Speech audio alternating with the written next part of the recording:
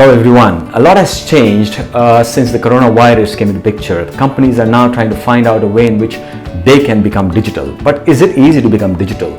And are we ready? Can we adapt to this change? Remember, the species that is the most adaptable, that is the one that can survive and not the one that is the strongest. So the question now is that when with change already here, lots of businesses and lots of companies are going to change. The services are going to change, new services are going to come into picture, lots of products are going to change. Maybe companies will have to revive themselves completely, and maybe their leadership is now currently thinking how this has to be done. Well, what is the meaning of becoming digital, and what is it to do with our world? Well, we are dealing currently with the analog minds and the digital world. Now today I'm going to give you a distinction between which companies can really adapt and become a digital mindset. It is not easy though. What is the difference between being a digital company and being an analog mind? Well, let us get into it.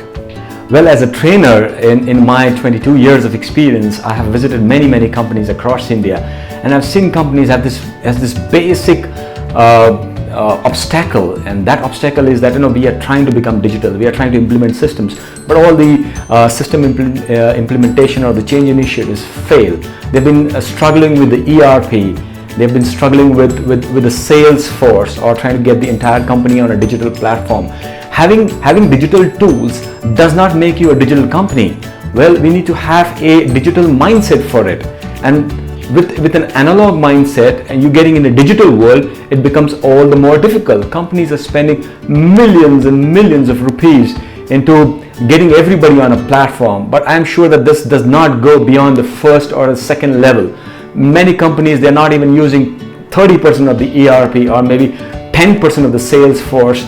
Many people want to go back to their old ways of doing things, but today they are forced to think in a new way, in which things can be done. In the digital world, you have got to look into three things basically. What are these three things? Either you have to automate, you have to eliminate, or you have to outsource.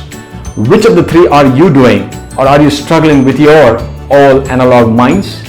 Well, in the analog world, people work with a lot of emotional standpoint. They work with a lot of subjective things, and they work with their stories. So what happens when you work with your stories and your subjectivity in the way in which you talk to people? So over here there are chances that there are a lot of emotions during your talk. You punish the messenger, you tend to take things very personally, and people fear to give you ideas because they fear that if I give the idea, it is going to be my responsibility to implement it. And over here it works with more the heart, correct?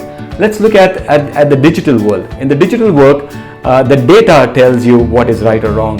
There is logic behind things. There is connection between things. So when you're doing things, it's not because you want to do it, it's because the data is telling you to do it. And over here we look at what should we do, what is right or wrong. Well, look at the data.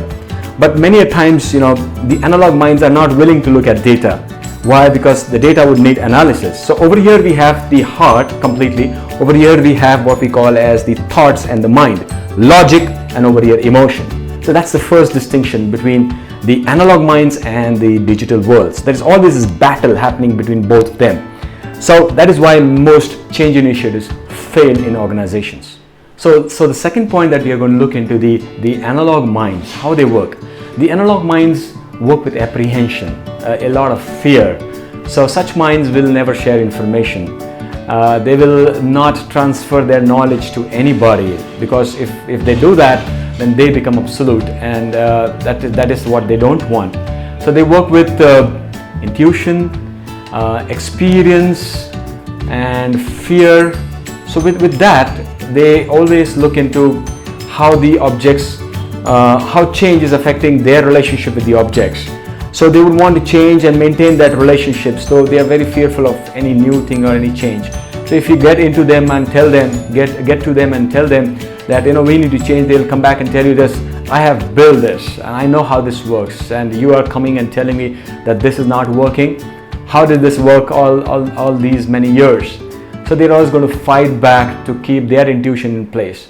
So they will never tell and share with people why you need to change. They'll just say, do it because I have an intuition, I have this feeling, and I work with my feelings. So they're more right-brained based analog minds. In the digital world, things are system based. A lot of companies always say that we need to change the system, but nobody really knows what exactly is the system. So when it is system based, it is processes, it is how the workflow happens.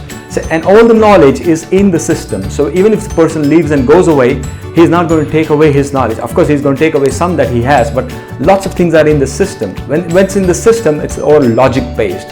So we are doing stuff because the logic says so. It's more left brain and more logical than it is more experience or intuition based. So that's the digital world. Just think how many people in your organization are really ready for this digital world. So there is again this fight between the analog minds and the digital world. So we all need to find out. That's basically more the difference when it comes to the Western world versus the Eastern world. So in the Western world, when things are there, their way of communication is more, what is the work that you do? Okay, write down step by step.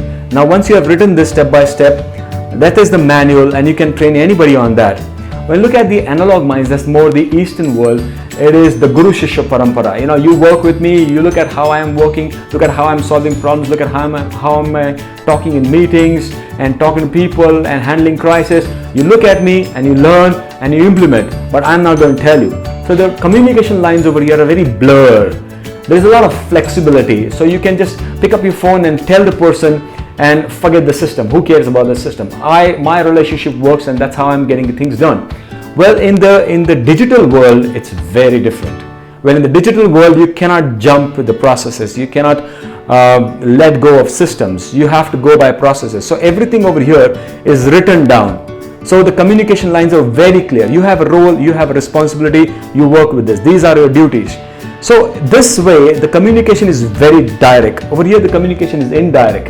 Over here, people don't know. So people are left to their mercy of understanding. I will say something, you have to understand. So over here, words are only English, all right? So you have to understand what I am trying to say, and it's left at the mercy of the listener to understand. In the digital world, things and the words have their clear meanings, cut out. What does this mean? And everybody understands that. So nobody jumps the system. Everybody is clear about their roles and responsibility and duties. So once that is there in place, so the communication happens. So all your knowledge and experience can be written down in a nice format and can be automated or processed so that everybody coming in can understand. See, that's the difference between a McDonald's and an Indian restaurant. In an Indian restaurant, you have a lot of people. You get over there with a menu card, get the order, then go and talk to people. So there's a lot of media breaks. So there is a lot of chances of the information leaking and the customer getting the wrong thing. And look at the McDonald's way of working. They are basically a training company who tells you that I can make any person on the street, train him to make a burger in the same way that it has been traditionally done within 20 days. Now, what is the difference between these two? Over here, the processes, systems, everything is set. So nobody works with their ideas and their intuition and their experience because that is not needed for a standard product to happen. So that is the fight between these two. Their communication is very different. Their way of working and experience and all of that is different. So the question now, right, what you need to ask yourself is your company really ready for the digital world? Having a good mobile phone and having a Zoom system or a WebEx does not make you digital. We need to understand how to speak over there.